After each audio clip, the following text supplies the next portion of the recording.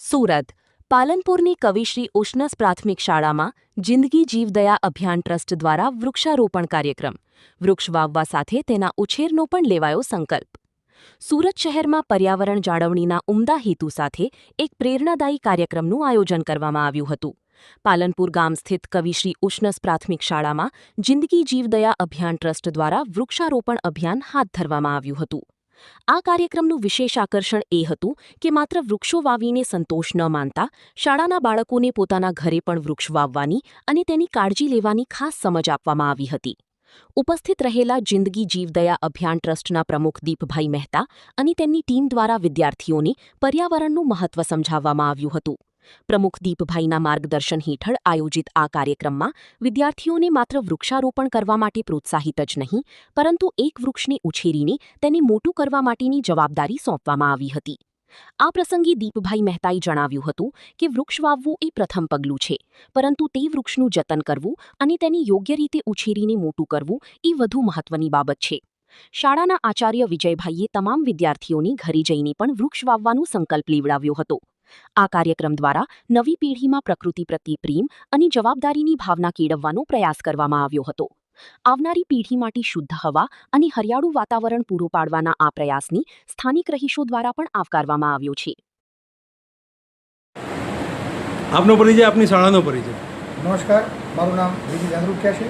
નગર પ્રાથમિક શિક્ષણ સમિતિ સુરત સંચાલિત શાળા ક્રમાંક 318માં હું મુખ્ય શિક્ષક તરીકે મારી ફરજ બજાવું છું। વિજયભાઈ, આજે શાળામાં કઈ સંસ્થા દ્વારા શું કાર્યક્રમ રાખવામાં આવ્યો?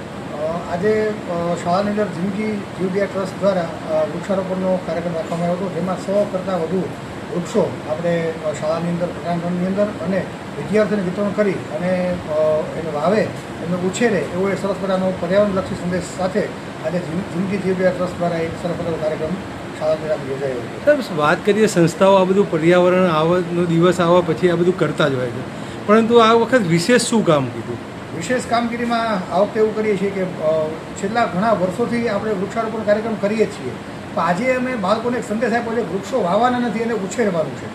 આજે જે બાળકને જે દીકરીને વૃક્ષ આપ્યું એ વૃક્ષને એ દીકરી પોતાનું નામ આપશે, પોતાના ઘરે એ વૃક્ષ ઉછેરશે, એને વાવતો ફોટો પાડી એને અમને મોકલશે અને સાથે સાથે દર 15 દિવસે શિક્ષક દ્વારા એનું રેગ્યુલરનું મૂલ્યાંકન થશે અને એનો પ્રોગ્રેસ રિપોર્ટ જાણી તેમ આપણે કેમ બાળકને પ્રોગ્રેસ કાર્ડ આપીએ છીએ, વૃક્ષનો પ્રોગ્રેસ રિપોર્ટ અમે બાળક પાસે જાણશું અને એને વાલીને અને બાળકને એની સાથે સાંકળી અને પર્યાવરણનો એક સરસ મજાનો સંદેશ આજે આ જિંદગી જીવદયા ટ્રસ્ટની સાથે મળી અને શાળામાંથી એક આપવામાં આવ્યો છે। ચલો, સંસ્થાની વાત પૂરી કરીએ, જિંદગી જીવદયાની।